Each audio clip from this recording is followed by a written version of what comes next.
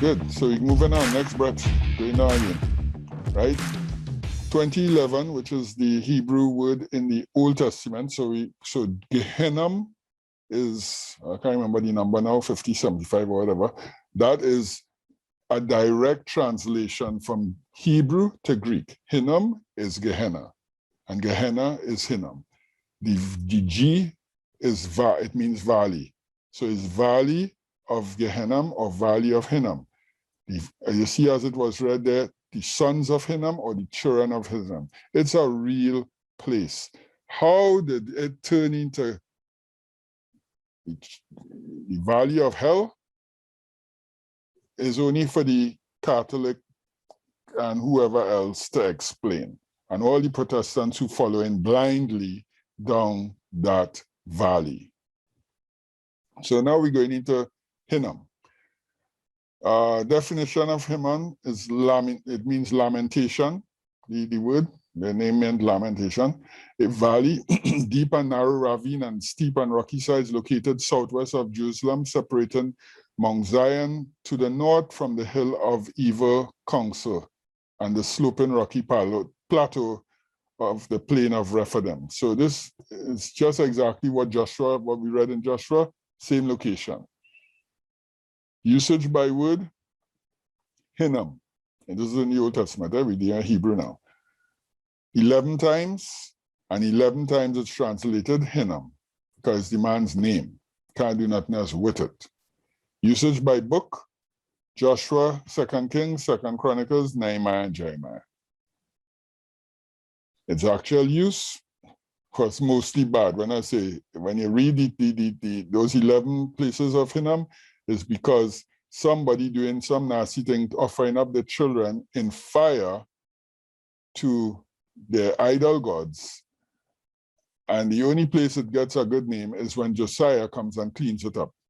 But even then, they continued just underhand. So at least the king stopped, but the people didn't stop when Josiah cleaned up.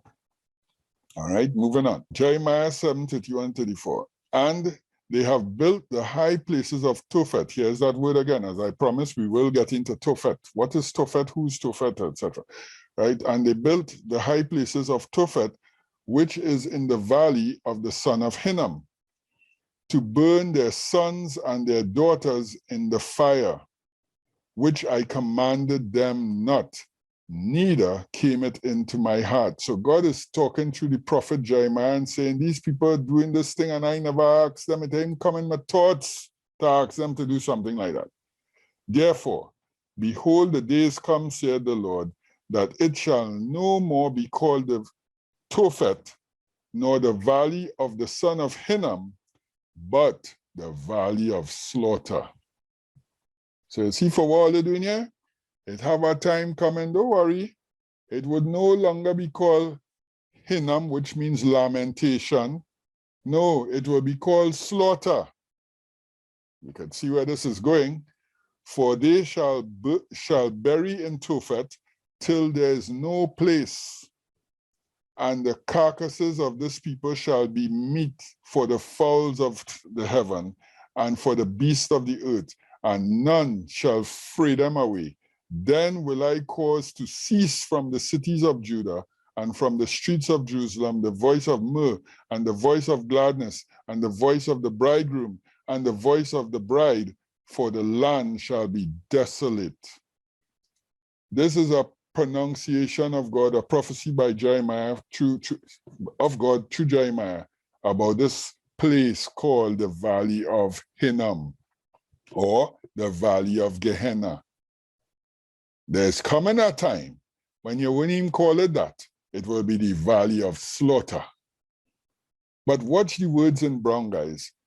Anybody, that rings a bell. As I read it, I was reading Revelation 18. Then they will call this to cease and the myrrh to stop and the gladness and the bridegroom and so on. Let's read it. Revelation 18:23. And the light of a candle shall not shine no more in thee, and the voice of the bridegroom and the voice of the bride shall no more be heard in thee at all. Same place, Jerusalem. For thy merchants were the great men of the earth, for with their thy sorceries were all the nations deceived. God prophesied it in Jeremiah, and of course, the answer to that prophecy was AD 70. Here is what Josephus tells us about it. Valley of Slaughter, taken from Josephus Wars, book 6. Now, I didn't take this quote directly from the book. I couldn't get it online, so I took it from a guy who thing it, and you'll see that he put some words in brackets. So I just want us to be careful with the brackets, okay? It says, so Josephus' writing is not in brackets, okay. This is Wars of the Jews, book 6. Neither did any, so he calls it Valley of Slaughter, not Josephus, okay? Neither did any other city ever suffer such miseries. Every day, 500 Jews were crucified before the walls of the city. Wow. Every day, you know what days that siege went on, right? Every day, 500 were crucified. Doesn't that ring the bell? Crucify him, and let his blood be upon us and our children. Well, you and your children, 500 a day. I.e., he puts, this is the guy put this here, where the Valley of Gehenna was. Now, it was where the Valley of Gehenna was. It's just I'm looking, you know, I don't want to mix up what Josephus said and what the person put. Their multitude was so great that the room was wanting for the crosses. Later, they had the great multitude of dead bodies cast down from the walls into the valleys beneath. Through one gate alone, 115,880 dead bodies were carried out and cast out of the city. No fewer than 600,000 were thrown out at the gates. This is in the Valley of Hinnom, no longer called the Valley of Hinnom, but the Valley of Slaughter, when in that viperous generation that everything was pointing towards the culmination of everything. This is the Valley of Gehenna, the same valley Jesus spoke about that they were in danger of if they didn't want the kingdom of God.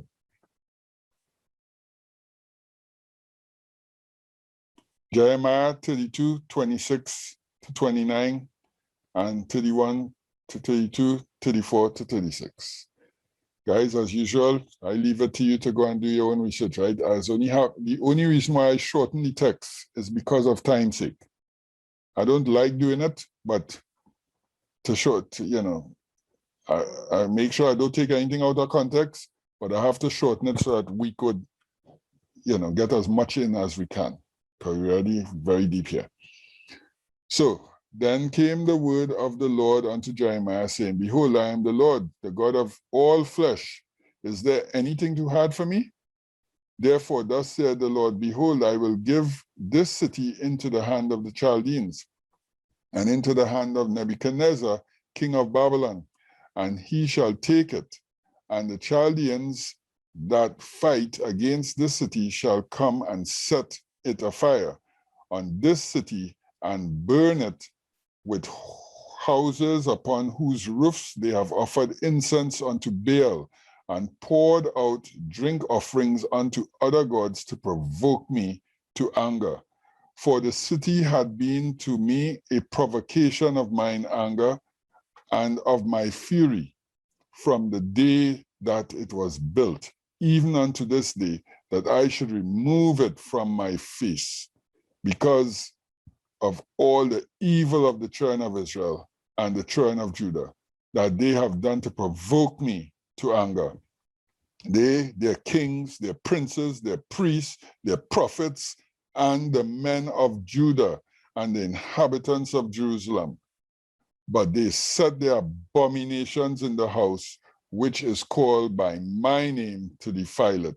And they built the high places of Baal, which are in the valley of the son of Hinnom, to cause their sons and their daughters to pass through the fire unto Molech, which I commanded them not, neither came it into my mind. They should do this abomination to cause Judah to sin. And now, therefore, thus said the Lord, the God of Israel, concerning this city, whereof ye say it shall be delivered into the hand of the king of Babylon by the Babylonian sword, and by famine, and by pestilence. So in one of the prophecies, we see the Lord is speaking to a generation to come when that valley will be named the Valley of Slaughter. And in this prophecy, he's saying is Nebuchadnezzar, which we all know happened. This is the first siege when the temple was destroyed. It will happen to Jerusalem in that generation also, when Nebuchadnezzar came and destroyed the city. Same valley of Hinnom, guys, same valley. Behold, Jeremiah 32, 37 to 38. This is the ending of that. What I just read there, this is, just so that you're following, this is the next two verses. Because it's not all bad. It always have two sides to the coin. Behold, I will gather them out of all countries whither I have driven them in mine anger and in my fury and in great wrath. And I will bring them again into this place, and I will cause them to dwell safely. And they shall be my people, and I shall be their God. So on one side of the coin, God says, "Send Nebuchadnezzar to wipe all off the map." On the flip side, he's saying, "And I'll bring them back and make here thing again." Of course, God had to do that because Jesus had to have somewhere to come to save us and to save the world. Jeremiah 19, 1 to 15. Thus said the Lord, okay. This one is it's too sweet. I can't leave out nothing. Is the whole chapter. Jeremiah 19, 1 to 15, word for word. We're going the whole chapter. I'm not leaving out any verses. So follow along.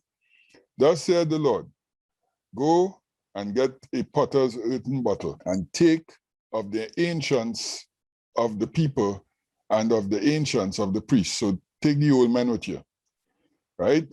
And go forth to where? The valley of the son of Hinnom. Same Gehenna, guys, the valley of Hinnom, which is by the entry of the east gate, and proclaim there the words that I will tell you. So a whole bunch of old men, and he carried them down there in the valley of Hinnom to prophesy.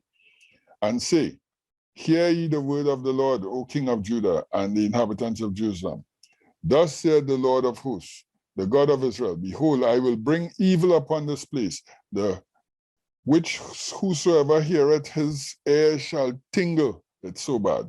Because they have forsaken me and have estranged this place, where? The valley of Hinnom, and have burned incense in it unto other gods, whom neither they nor their fathers have known, nor the kings of Judah, and have filled this place with the blood of the innocents, that is babies. They have built also the high places of Baal, to burn their sons with the fire for the burnt offerings unto Baal, which I commanded them not, nor spake I, neither came it into my mind. Look at my time, God saying the same thing. Therefore, behold, the days come, said the Lord, that this place shall no more be called Tophet, nor the valley of the son of Hinnom, but the valley of slaughter. Here it is again. And I will make a void of the counsel of Judah and Jerusalem in this place, and I will cause them to fall by the sword before their enemies, and by the hands of them that seek their lives, and their carcasses will I give to the meat for the fowls of the heaven and for the beasts of the earth. And I'll make the city desolate. Behold, thy house is left unto you desolate, and hissen, everyone that passeth thereby shall be astonished and hiss because of all the plagues thereof. Anybody here in Revelation 18 yet? And I will cause them to eat the flesh of their sons and the flesh of their daughters, and they shall eat every one the flesh of his friend in the siege and straitness therewith. Their enemies and they that seek their lives shall straiten them. Anybody here in Josephus' account of what happened in Jerusalem yet? In AD 70? Then shalt thou break the bottle in the sight of the men that go with thee, and shalt say unto them, Thus saith the Lord of hosts, even so will I break this people and this city, as one breaketh a potter's vessel that cannot be made whole again. This is not a prophecy of when Jerusalem was taken by Nebuchadnezzar, guys. This is the prophecy for down the road, witnessed by the ancients, and a potter's pot flung against a rock to give a visual understanding of what God is saying. It ain't no coming back from this. And they shall bury them in Tophet till there be no place to bury. Thus will I do unto this place, said the Lord, and to the inhabitants thereof, and even make this city as Tophet. And the houses of Jerusalem and the houses of the kings of Judah shall be defiled as the place of Tophet, because of all the houses upon whose roofs they have burned incense, and unto the host, all the host of heaven, and have poured out drink offerings unto other gods. Then came Jeremiah, unto other gods. Then came Jeremiah from Tophet, whither the Lord had sent him to prophesy. Remember, Tophet is in the valley of Hinnom. He carried all the old men there, and now he's returning. And he stood in the court of the Lord's house and said to all the people, Thus said the Lord of hosts, the God of Israel, Behold, I will bring upon this city and upon all her tongues all the evil that I have pronounced against it, because they have hardened their necks, that they might not hear my words. Who is talking about and to? The generation of vipers who harden their hearts. It's not, you have to go through the prophecies of Jeremiah as I'm doing here right now, guys. You see, some is for that time frame and some is for a future time frame. And that's why I read it in the whole thing so that you could see, not referring to when Nebuchadnezzar was coming, but Jeremiah was prophesying for the generations down the road that I done tell you what will happen.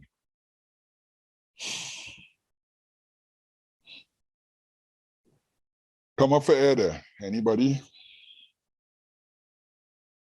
Yes, David. So that last part that you went through there, it says that it cannot be made whole again. Jerusalem cannot be made whole again. And we see here today, they're trying to rebuild the temple. They're trying to do all of that. But God already prophesied it cannot be made whole again. He broke it like a bottle. And just like you can't pick up the pieces of a bottle, so Jerusalem and all that, they have hopes, whether they want to make Jerusalem the capital again, it can never be what they want it to be or what it was once. And this is why when I heard it, I said, no wonder David, I say for sure, that ain't happening. Because God says Guaranteed, so. guaranteed. Guaranteed that. And one of the things, go ahead. Let's add this. One of the things that we have to bear in mind, you just have to look at videos of the archaeological digs and so on, right?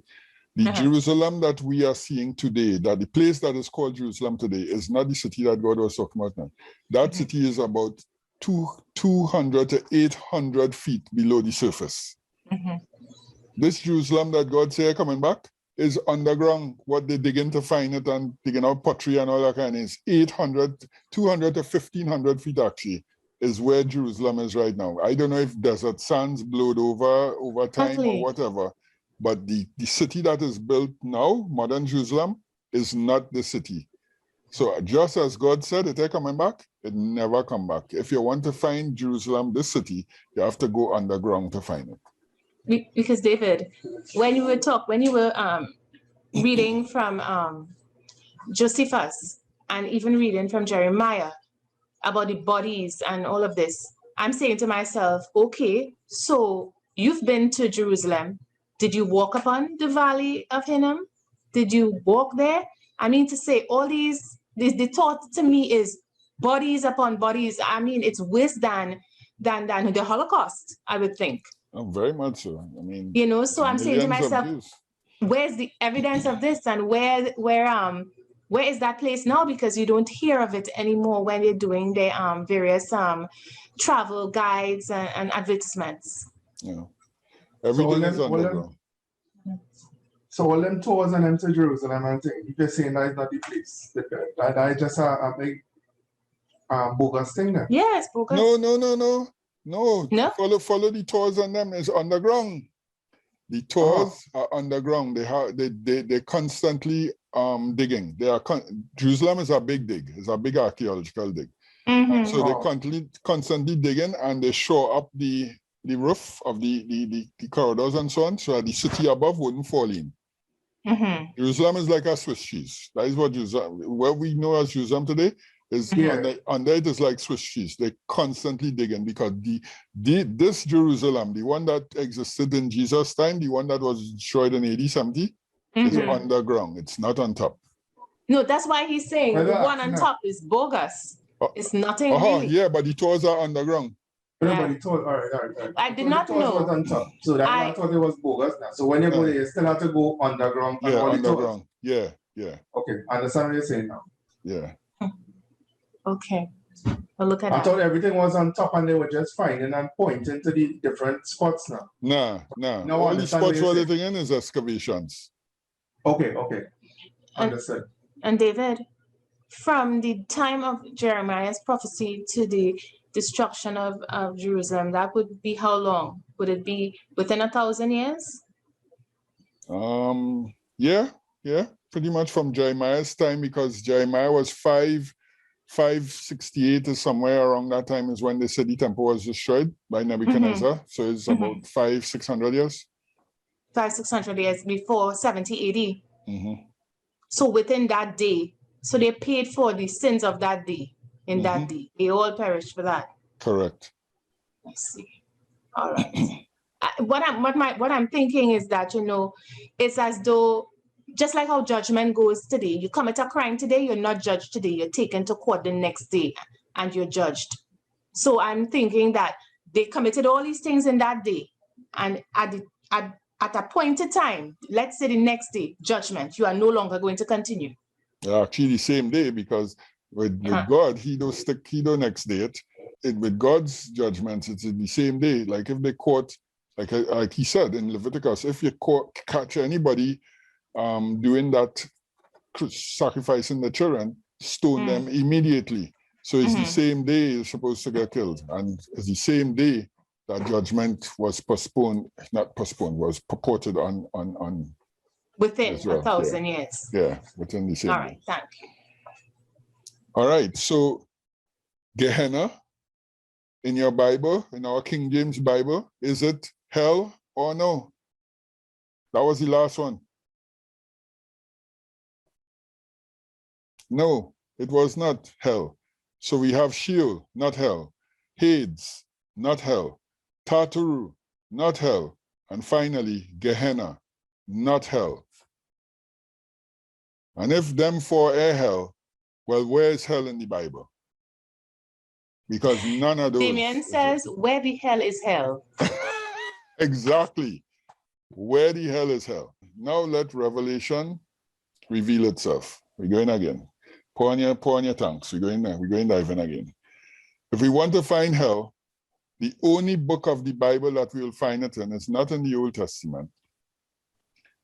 If we want details of hell, you'll find it in Revelation. This is where hell is described. And when I say hell, excuse me for using that term, because of course we know there is no such thing as in God's language and God's vocabulary as hell. He never used the word.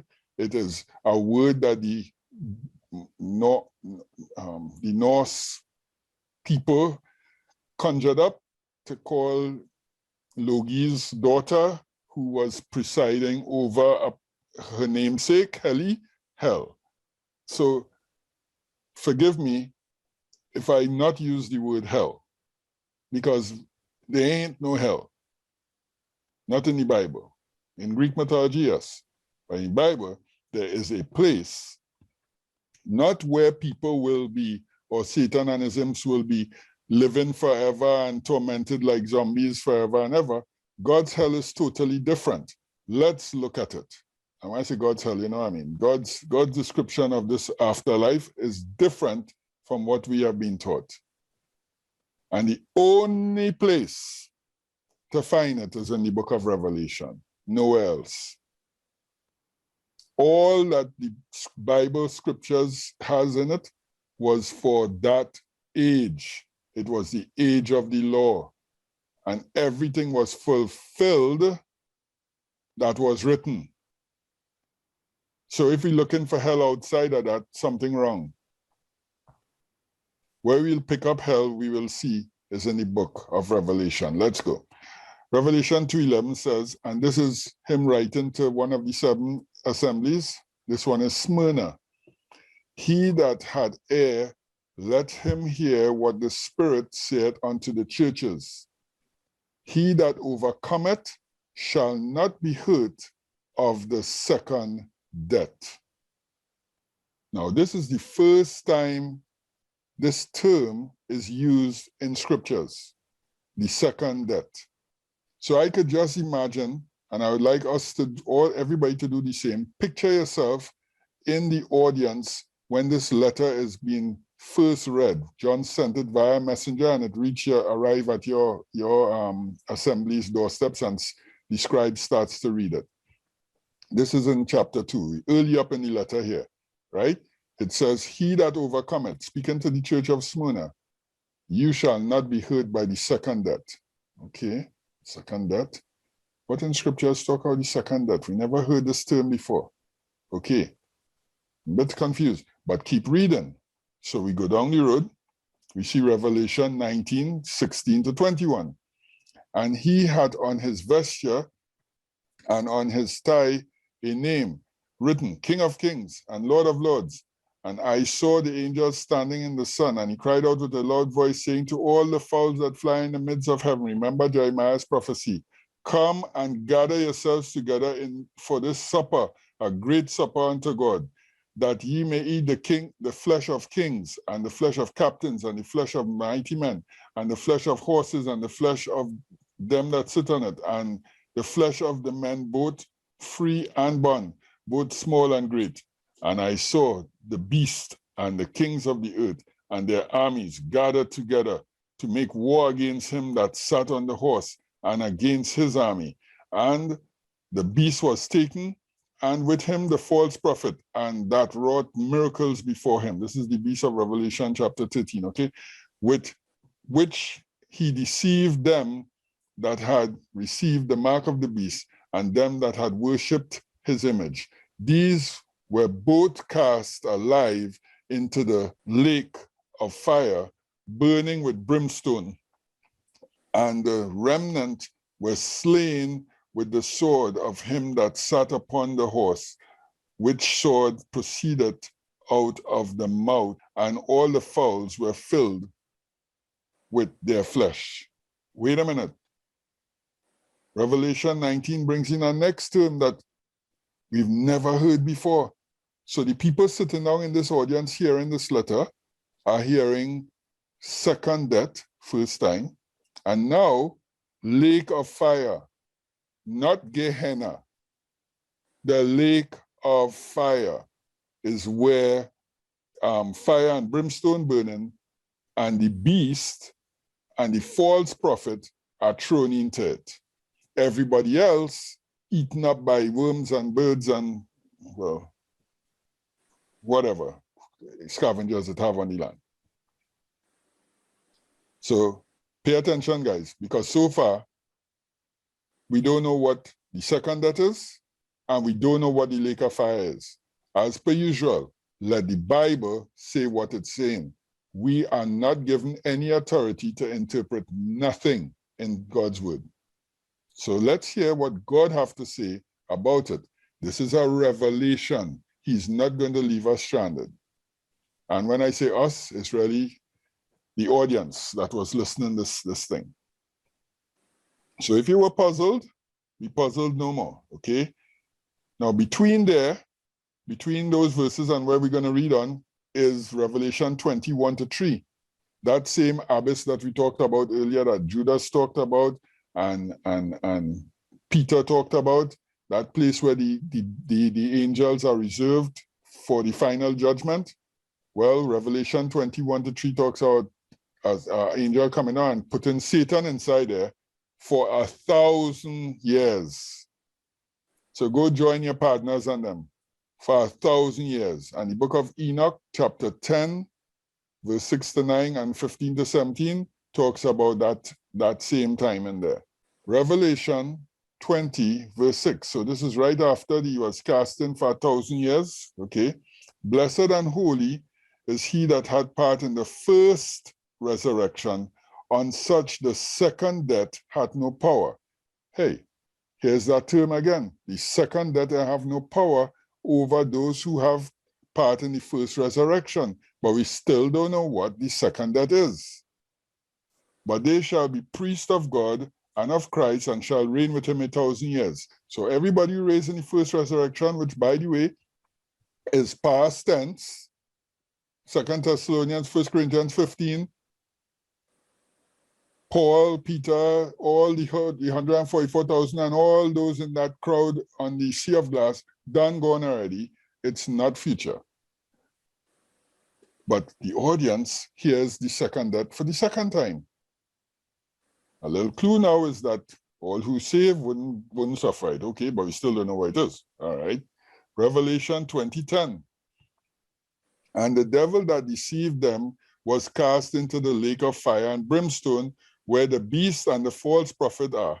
And I have a problem with that word are, but I'll leave it there for now. And shall be tormented day and night forever and ever. So King James Version of it, okay?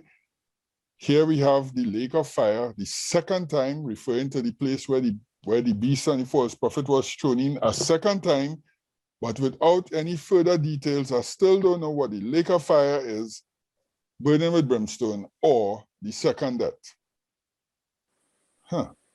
Moving on. Not to be left undone. Revelation is a revelation. Here we go. Revelation 20:14-15. And death and the grave, we've already fixed this, okay? And death and the grave were cast into the lake of fire. This is the second death. Oh, that's what it is. This is no different, guys, to when the vision started. John looked up and he saw an angel, bright and holding 7 lampstands in his hands. And the angel says, John, the 7 lampstands are the 7 messengers to the 7 assemblies. Now he says, the lake of fire. Well, John, the lake of fire is the second death. The second death is the lake of fire. And whosoever was not found written in the book of life was cast into the lake of fire. Let's let the Bible continue to reveal itself. Revelation 21:8.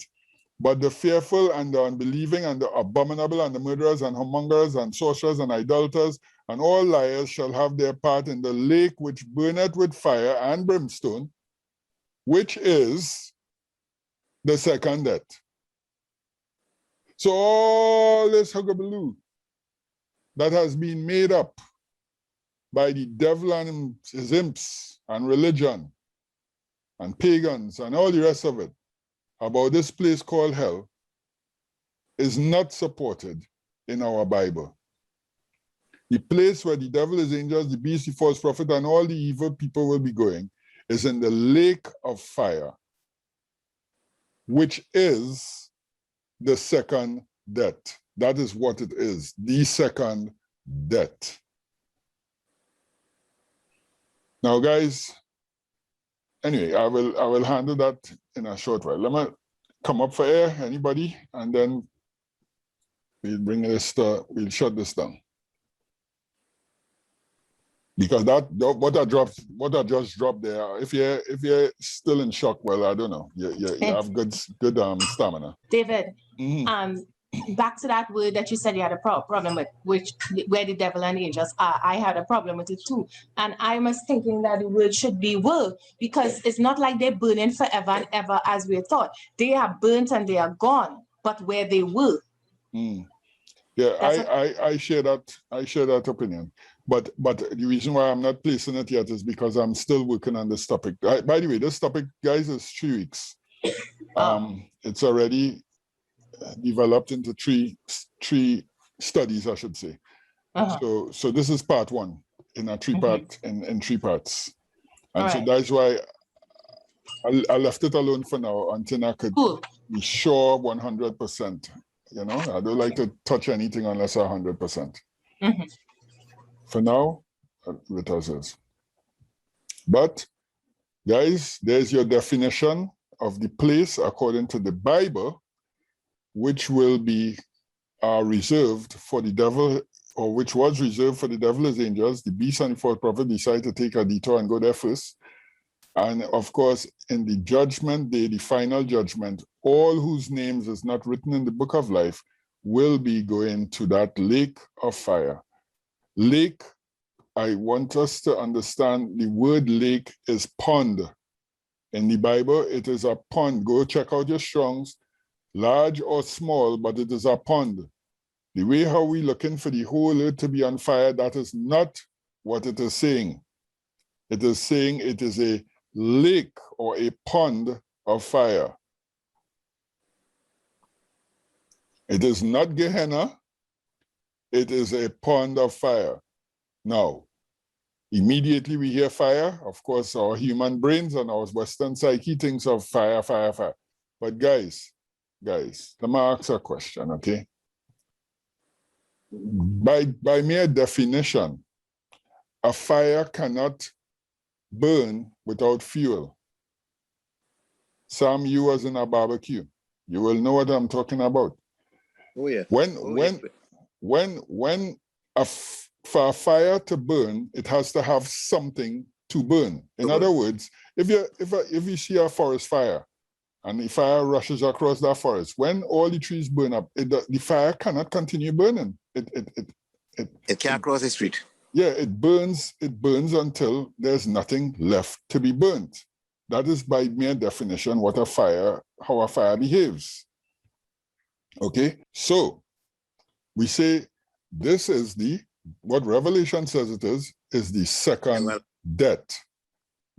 The emphasis is not on fire and burning and all that. The emphasis is on second death. Okay. Teaser. What is the second death?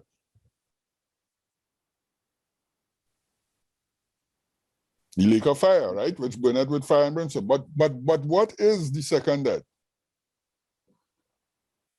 The culmination of the existence of whatever is or was. That's the end of it. It's no longer. It's final. Nice. This case, since we're talking about that something is life. Okay. It no longer exists. I'm going to give a teaser to explain that in a little short while. When we go into it, yes, but I'll give a teaser. All right, so when I think about the second death, the first thing I had to think about is the first death. The first death was like, I don't know if I'm right, but this is my thought. The first death was a spiritual death. That's what I'm thinking. And the second death is the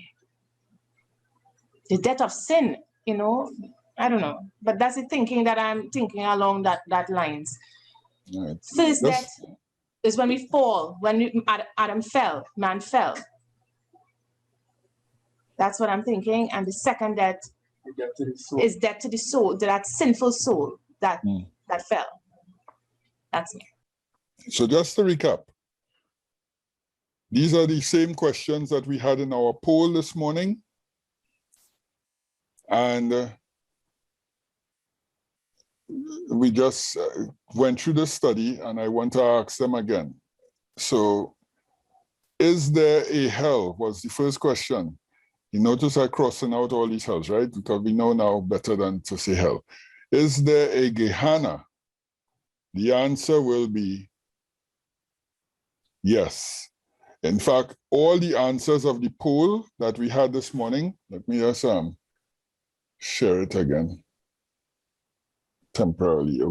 If I do that, it will cut off the screen. So I'm going to do that and cause myself problems. The answer is there hell. The choices were yes or no. And so the first answer was no. And now all the answers have flipped upside down. The top answer is the answer because is there a Gehenna? The answer is yes. What is hell? The answers were destination B and C or none of the above, which the destination for sinners, the destination for devil and his angels. Now, what is Gehenna? Gehenna, sorry. And the answer is A, which is the B and C, place for the sinners and them, right? Then, where is hell located? We had on earth, in the underworld, somewhere out of space, none of the above. Now the answer is on earth, because we're talking about Gehenna, eh? Gehenna, not hell. When, and that is the valley of Hinnom, as you know. When is hell going to be ignited? That's a good one. When? We had at the end of this age, is in existence now. None of the above, blah, blah, blah. And even my answer wrong because it's not at the end of this age, I'm sorry. It was ignited. It was ignited in AD 70. So I know I'll get that one wrong. Right? When was hell ignited? In AD 70. Sorry, not hell, Gehenna. How long? That's when Jeremiah prophesied that it would be called the Valley of Slaughter. How long is hell? In other words, what's the duration of time that people will spend in there? Until all evil, I keep saying hell. How long is Gehenna? Until all evildoers are burned completely, is the first answer, and that would be the answer now. That was AD 70. And can we visit? This is a good one. Can we visit hell and then go to heaven? Can we visit Gehenna and then go to heaven? Well, and yeah, this is just a valley, a place, actual place. Yes, it is. Right? So the answer is sure. We had sure, not at all, and that is mission impossible. For hell, that was the answers. And for this one, for Gehenna, the top answer is sure, and that is sure you're right. All you have to do is wait until the lockdowns lift, book your passage, book your airline ticket, and you can go visit Gehenna and still go to heaven. No, you had to take your vaccine first, then book it. Yeah, let's stop there. If that be the case, then I'm not going. Gehenna, all that a place that I need to see. Bonus question. Where will the lake of fire be located? The answer, location unknown. God alone knows where that place of second death will be. But guys, I want to throw this out to you all thinking, right? The place where Satan came and did his dastardly deed is exactly where he's going to pay for it. So it's not going to be on some other planet like Pluto or Mars that somewhere out there God will decide to punish Satan. No, right here is where the place of punishment will be. As for the exact location on it, I don't know where this lake, pond of fire will be, but it will definitely be here. It wouldn't be in heaven. He doesn't get cast out from there, can't go there no more. It wouldn't be on any other planet or star, correctly speaking, but here. That is where the lake of fire will be located. David, Nathan said the pitch lake. Good answer. Good answer, Nathan. I think I'll better move up to a reminder. A little bit too close. A little bit too close to it. You better run from here, right? You want to see a bird's eye and Satan? For those who cannot get the vaccine and go to visit Hinnom, here's a picture of it. This is what the Valley of Hinnom looks like today. It is just, it have other pictures where it shows you rocky outpots and so on, but I just chose one picture to put, okay? This is a real place. It is the valley of Gehenna. It is no longer on fire. It is no longer the city's dump, because that is way below there. To find all those bodies that was destroyed in AD 70, this has been overfilled with dirt over the years. It's more than 1,000 years, guys, since AD 70, and this is no longer it's no longer even a deep valley as it was before, because it is filled in with dirt. So all the people who died in the siege in AD 70, the millions of people, they are in a mass grave below there, in the valley of slaughter. But this is what it looks like there, you see? Good manure underneath there. All them dead bodies waiting for green grass. Okay, I promised Tophet, just closing up. You saw Tophet over and over that they built Tophet and so on. This is what a Tophet is. So the Tophet, or was or is, well, is, because this is what they're digging up, in all the archaeological digs and so on. Number one, Tophet is not only in the valley of Gehenna. Tophet is where they sacrifice children. It is the shrine made to sacrifice children. So all these things you're seeing in the picture there, and I put one as an insert, a big one, so you'll see what it looks like. This is where they actually burn the children. So in the valley of, so think of it like we would think of, where there's the Hindus is on the creek there. The creek will be like the valley of Hinnom, and that all the Tophets will be all them things that they just build and burn.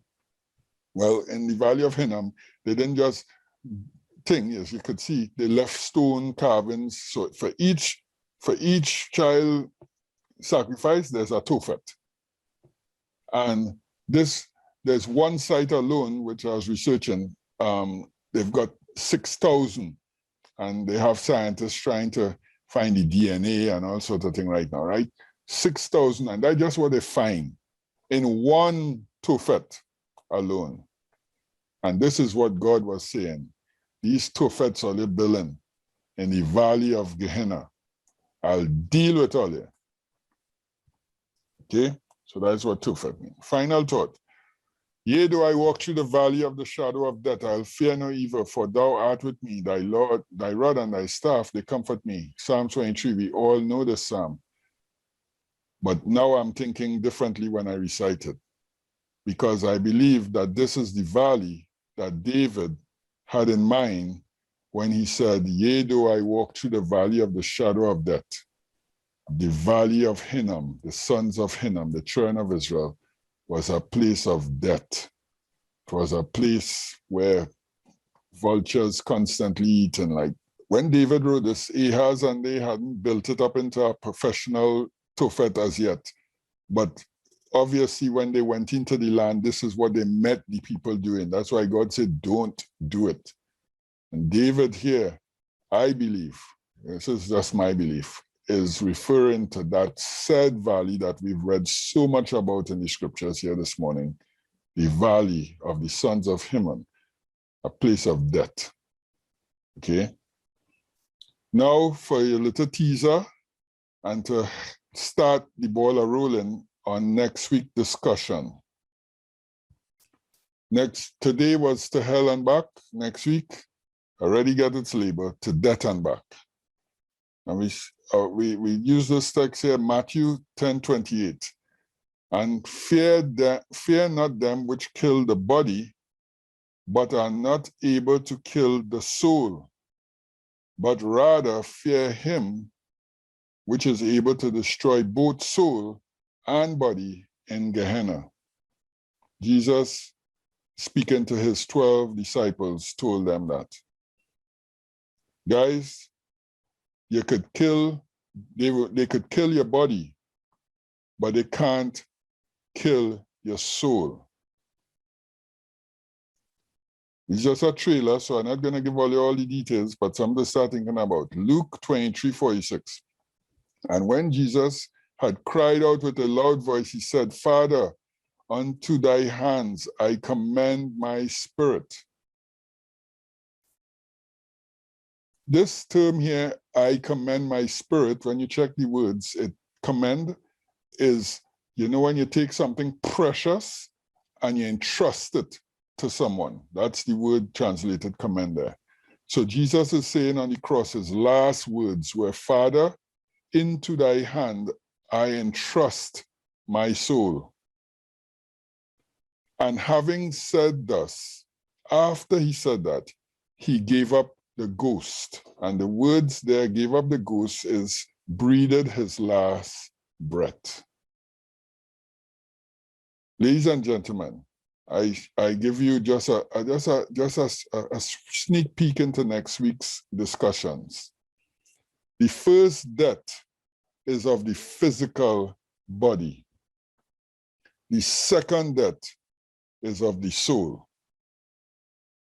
When God breathed into Adam, he became a living soul.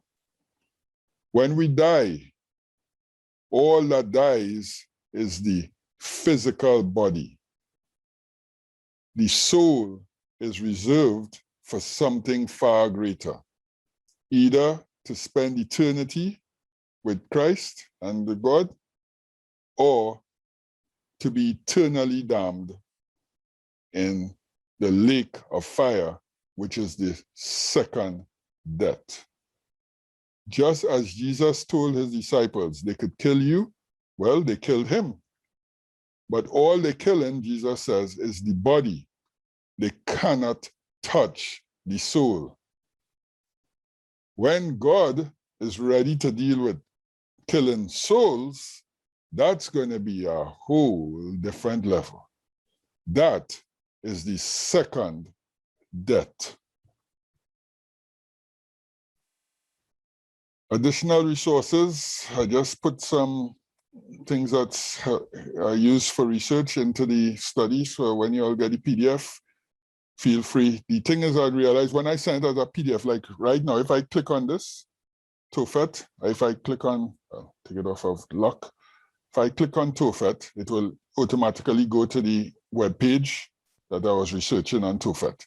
But when you click on it, it wouldn't go to the web page because it will be in a PDF form, but you can follow the links, okay? So it have here like that. It has videos, which, you know, let's see which is a video. Now this is now this is on Divine Comedy, the guy who wrote the book that made hell famous, Come Like a Hal Lindsey. So if I click on it in my study, here we can visit the Valley of Hinnom, you know, and things like that. This is it in Israel right now, today.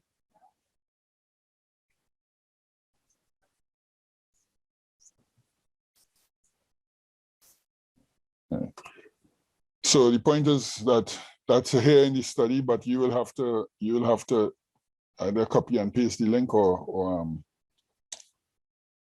type it in your favorite browser in order to get it.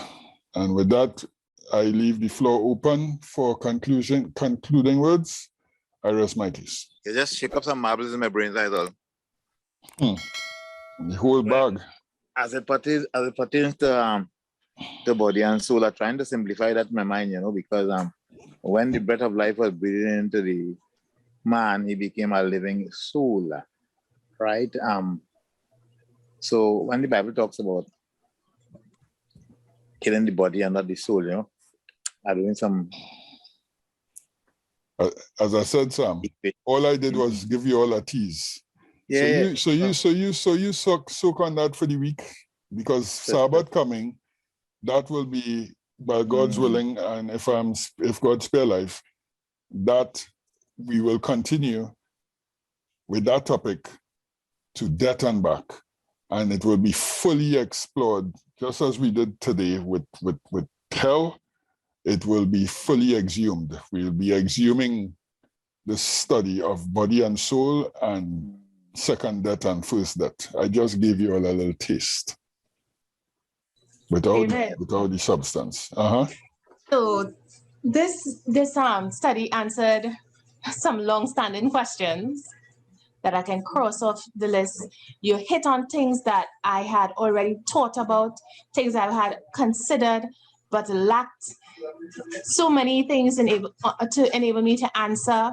So I am extremely happy and very grateful. Amen. All of those words, Gehenna, and all that I had looked up, and I'm saying, but why use all these things? Hallelujah. Cleared up, understood.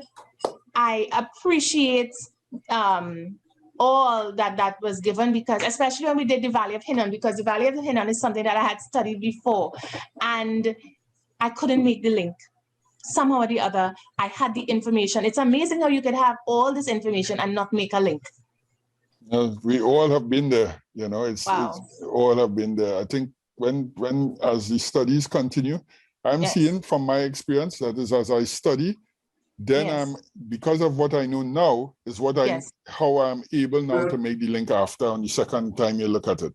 Without the piece before, it's like a puzzle. You can't fit the next piece if you don't have the piece before. That's right. Correct.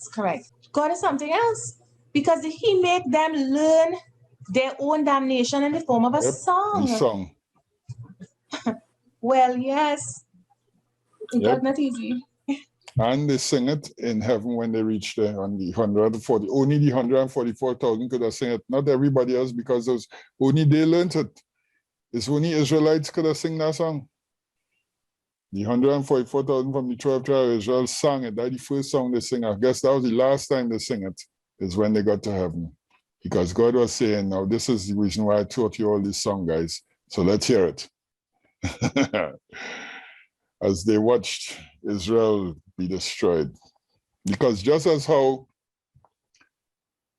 Noah was put in the ark and locked away, and then the flood came, and the people came banging on the door to get in. I believe the same way in AD 70, and you could see it in the sequence of talk that Jesus gave in Matthew 24, that just before the destruction is when the children of Israel the first fruits were saved.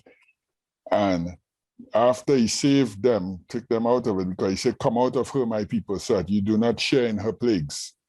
After he saved them, then it was destroyed, and all of them now come banging on the door. Hey, yeah, we realize he was Jesus. Yeah, right. Too late. Too late shall be the cry. All right, guys. So in a nutshell, churches spend 99% of their time preaching hell, because it's good for the offering box. And so I'm going to pass my hat around just now. All right. But the Bible spends 1% of its time speaking about not hell, but the lake of fire, which is the second death. And we will be going into that section of it, the second death, by God's grace, next week. But today, I believe that, I tried my best to dispel all the myths and mythology about hell. I think the Bible is clear. I'm sure there's more to it than I touched, I'm sure, but I tried to do a thorough job as best as I possibly could with the information I have at this point in time. With that, I rest my case.